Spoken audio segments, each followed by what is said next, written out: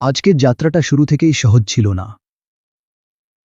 আমাদের সামনে দাঁড়িয়েছিল একটা নদী, চওড়া না হলেও পার হওয়া মোটেও সহজ নয়।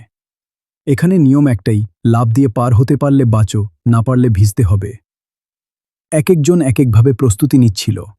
কেউ জুতা খুলছে, কেউ প্যান্ট গুটাচ্ছে, আর কেউ শুধু দাঁড়িয়ে নদীর দিকে তাকিয়ে হিসাব করছে লাফটা ঠিকঠাক হবে তো। প্রথম একজন লাফ দিল, মাঝখানে সামান্য হোঁচট, কিন্তু শেষ পর্যন্ত পার।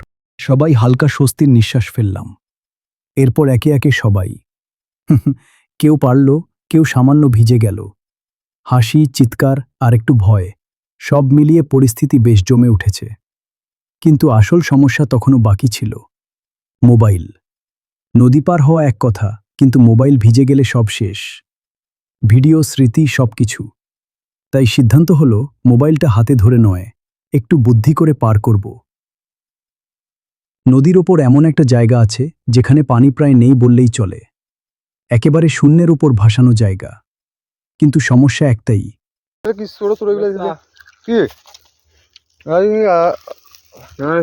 বলগুলো কিন্তু ভালো আছে না কিন্তু সবচেয়ে ছোট গাড়ি দিছেন আমি তো নতুন করে যাইতে গাই সবচেয়ে ছোট গাড়ি দিছেন এই আচ্ছা